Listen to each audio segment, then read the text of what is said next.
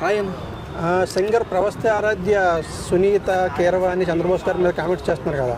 ఇది కొంతమంది publicity stunt అని, కొంతమంది లేదు ఆ అమ్మాయికి నిజంగానే అన్యాయం జరిగింది కొంతమంది అని అనుకుంటున్నారు. అమ్మాయి కూడా చాలా క్లారిటీ ఇచ్చింది. మీకు అనిపించింది? నిజమే ఉంది అమ్మాయి మాటలో, నేను కూడా అంటున్నాను. ఎందుకంటే చెప్పాలి, ఆ అమ్మాయి చిన్నప్పటి నుంచి అమ్మాయి పాటలు పాడడం మేము చూసాం. ఆ అమ్మాయి పాటలు కూడా చాలా బాగా పడుతుంది.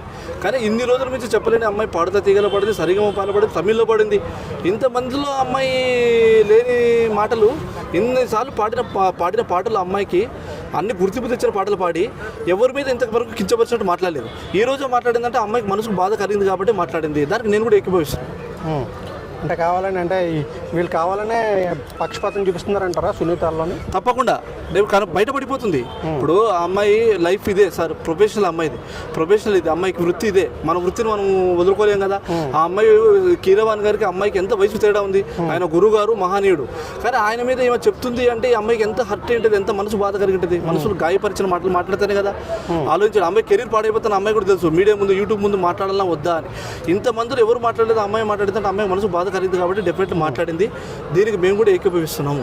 అంటే మిగతా వాళ్ళు కూడా ఎవరు మాట్లాడట్లేదు కదా, వాళ్ళు కూడా బయటకు వచ్చి అన్యాయం జరిగిన వాళ్ళు చెప్తే బాగుంటుంది అంటారు. అవును, వాళ్ళు వద్దనుకుంటున్నారు. ఎందుకంటే వాళ్ళకు మేము వద్దనుకుంటున్నాం, మేము బాధపడ్డా కూడా తుడుచుకొని పోతున్నాం అంటున్నారు. ఈ అమ్మాయి తీసుకోలేకపోతుంది. కొంతమంది సెన్సిటివ్ పర్సన్స్ ఉంటారు, కొంతమంది వద్దనుకుంటారు, కొంతమంది సెన్సిటివ్ పర్సన్ ఉంటారు, మనసులో తీసుకోలేరు. వాళ్ళకి అదే గుబులు ఉంటుంది, అదే నిద్ర పట్టదు, వాళ్ళకు ఆ భారం తీసుకోవాలనే బాధ తీసుకునేంత వరకు వాళ్ళకు తగ్గదు. కాబట్టి ఈ అమ్మాయి పరిస్థితి కూడా అదే ఉంది. అందుకే చెప్పుకుంది, కీరవాణి గారు బొడ్డు కింద కట్టమన్నారు డ్రెస్సు, తర్వాత నా ఇంటికి వచ్చి చాకరీ చేయమన్నారు.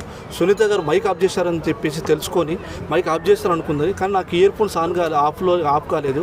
అప్పుడు ఆమె అంటుంది, ఏమో పాట పాడుతుంది, ఇప్పుడు తప్పులు వెతుకుదాం, మనం తప్పులు వెతికి పట్టుకుందాం అంటుంది. అంత గౌరవనీయమైన హోదాలో ఉండే అటువంటి మాటలు మాట్లాడడం సబబు కాదు కదండి. అది నేను మాట్లాడేది. అంటే ఒక లేడీ అయ్యిండు కూడా ఒక లేడీకి సపోర్ట్ చేయకుండా అలాగే ఎలా ఉంటుంది ఆవిడ? అంటే ఎలా వరస్ట్ కాదు, వరస్ట్ అది.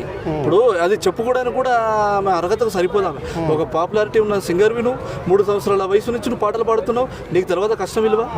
నువ్వు నేర్చుకున్న విద్యను నలుగురికి పంచు, నీకు ఇంకా మైండ్లో విద్య నిలబడిపోతుంది. అంతేగాని కించపరిచి ఎగతాలు చేసి మాట్లాడితే దానివల్ల నీకు వచ్చింది ఏమీ లేదు. ఆ అమ్మాయి వెడ్డింగ్ షోలో పడిందట పాటలు. వెడ్డింగ్ షోలో పడితే తప్పేముంది? కొంతమంది డ్రామా ఆర్టిస్టులు ఉన్నారు, స్టేజ్ ఆర్టిస్టులు ఉన్నారు. ఆ స్టేజ్ నుంచి వచ్చిన లేదు నాగేశ్వరరావు కానీ రామారావు కానీ, వాళ్ళు మహనీయులు కాలేదా? ఇప్పుడు ఈ అమ్మాయి పాటలు పడితే కీరవాణి పాయింట్అవుట్ చేశాడట, వెడ్డింగ్ షోలో ఎందుకు పాడుతున్నావు, అటువంటి సింగర్ వేనను అన్నాడట. ఏందా మాటలేదు? అంటే ఎందుకని ఇలా చేస్తున్నారని అనుకుంటున్నారు మీరు? ఏమి లేదు సార్, ఒకటి తప్పులు పట్టుకోవడానికి వద్దు. మనసు మీద నచ్చనప్పుడు 100 కారణాలు ఎత్తుకుతారు.